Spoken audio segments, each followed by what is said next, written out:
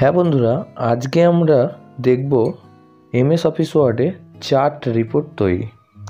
তো চ্যানেলে যারা নতুন আছো তাদেরকে আবারও বলি, চ্যানেলটাকে সাবস্ক্রাইব করে অল নোটিফিকেশানটা অন করে রেখো এই রকম কম্পিউটার রিলেটেড ভিডিও পাওয়ার জন্য। তাহলে চলো শুরু করা যাক।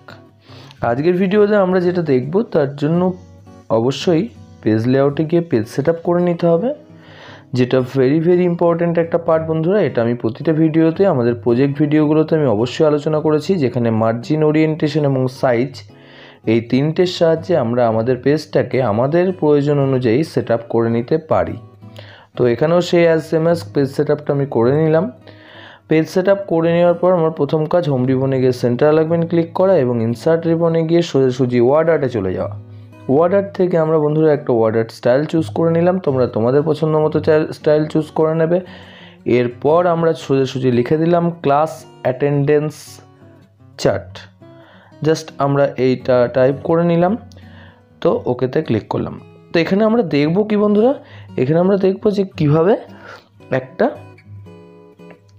চার্ট বানানো যায়। দেখে নাও বন্ধুরা, এখানে আমি এরপরে যে স্টাইলটা তোমাদেরকে দেখাচ্ছি, যেটা অফিস 2007-এ খুবই অ্যাপ্লিকেবল। কয়েকটি ইকুয়াল টু সাইন দিয়ে, মানে 3 বা তার বেশি এন্টার দিলেই ডবল লাইনটা আসে, যেটা অ্যাজ এ স্টাইল তুমি ইউজ করতে পারো তোমার প্রজেক্টে। এরপর আমি জাস্ট ইনসার্ট রিবনে গিয়ে চার্টে ক্লিক করব।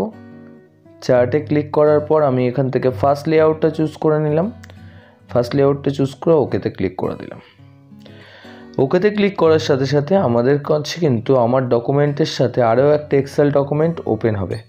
তো ভালো করে দেখে নাও বন্ধুরা, এখানে সিরিজ 1, সিরিজ 2 এবং সিরিজ 3 এই তিনটে পার্ট একটা শো করছে এবং একইভাবে ক্যাটাগরি 1, 2, 3, 4 শো করছে। আমরা সিরিজ 1, 2, 3কে ডে 1, ডে 2, ডে 3তে কনভার্ট করব এবং ক্যাটাগরি 1, 2, 3, 4কে ক্লাস 5, 6, 7, 8 কনভার্ট করব। জাস্ট আমরা এরকম যদি বানাতে চাই যে একটা রেনি ডে হিসেবে পরপর 3 দিনে ক্লাস অ্যাটেন্ডেন্স কম ছিল তার একটা রিপোর্ট যদি বানাতে চাই, তাহলে কিন্তু আমরা সেই হিসেবে এটাকে বানাতে পারি। তো আমি সিম্পলি ডেটাগুলোকে টাইপ করে নিচ্ছি। আমি ডে 1, ডে 2, ডে 3 এবং ক্লাস 5, 6, 7, 8 এস যে ক্যাটাগরিতে বললাম সেই অনুযায়ী টাইপ করে নিলাম। এরপর আমি জাস্ট কি করব, আমি ইনপুট করব কত সংখ্যায় উপস্থিত ছিল। আমি ডে 1, ডে 2, ডে 3 প্রত্যেকটা ক্লাসের সংখ্যাগুলো ইনপুট করে নিলাম। এরপর বাইরের যে কোনো একটা সেলে ক্লিক করে জাস্ট এক্সেল শিটটাকে বন্ধুরা তোমরা ক্লোজ করে দাও। ক্লোজ করার সাথে সাথে চার্টটা আমাদের ওপেন উইথ আওয়ার ডেটা। কীভাবে বুঝবো, আমরা জাস্ট কলামের গায়ে রাইট ক্লিক করে অ্যাড ডেটা লেভেল অপশনে ক্লিক করব। এটা আমরা ডে 1, ডে 2, ডে 3 তিনটেরই করে নেব, যার ফলে কিন্তু প্রত্যেকের মাথায় নাম্বার অফ স্টুডেন্টসের যে ডেটাটা সেটা কিন্তু শো করবে। এরপর তোমরা চার্ট স্টাইল থেকে যে কোনো একটা স্টাইল তোমাদের পছন্দ মতো চুজ করে নাও। আমি এটা করলাম, বা এটাও তোমরা করতে পারো। এরপর ডান দিকে ক্লিক করে এন্টার দেব এবং ফন্ট সাইজটাকে একটু বড় করে নেব। বড় করে নেওয়ার পর আমার কাজ হবে হচ্ছে ইনসার্ট রিবন থেকে টেবিল ইনসার্ট করা। টেবিল টুল নিয়ে আমার আলোচনা আরও একটা ভিডিওতে রয়েছে বন্ধুরা, তোমরা চাইলে ওপরের আই বাটনে গিয়ে দেখে আসতে পারো। ঠিক আছে, তো আমরা টেবিল ইনসার্ট করে নিলাম। টেবিল ইনসার্ট করার জন্য আমরা number of column 2, number of rho 5 বসিয়েছি। টেবিল ইনসার্ট করার পর বহুত অ্যারোর সাহায্যে টেবিলটাকে আমার পেজের সঙ্গে সেট আপ অনুযায়ী করে নিলাম। এরপর আমি ফার্স্ট কলামে ক্লাস এবং সেকেন্ড কলামে অ্যাটেন্ডেন্স লিখে নিচ্ছি। এরপর ডাউন অ্যারোর সাহায্যে 5, 6, 7, 8 অর্থাৎ 4টে ক্লাসের নাম আমি এখানে ইনপুট করলাম। এবার আমরা দেখব ড্র টেবিলের কাজ। ড্র টেবিলের সাহায্যে বন্ধুরা অ্যাটেন্ডেন্সের যে 3টে দিন আমরা এখানে পাচ্ছি, সেই 3টে দিনকে বোঝানোর জন্য, দেখানোর জন্য আমরা এই ড্র টেবিলটাকে ইউজ করছি। ড্র টেবিলে ক্লিক করার সাথে সাথে যে পেন্সিলটা পাবো সেখান থেকে তোমরা এখান থেকে একটা লাইন ড্র করো।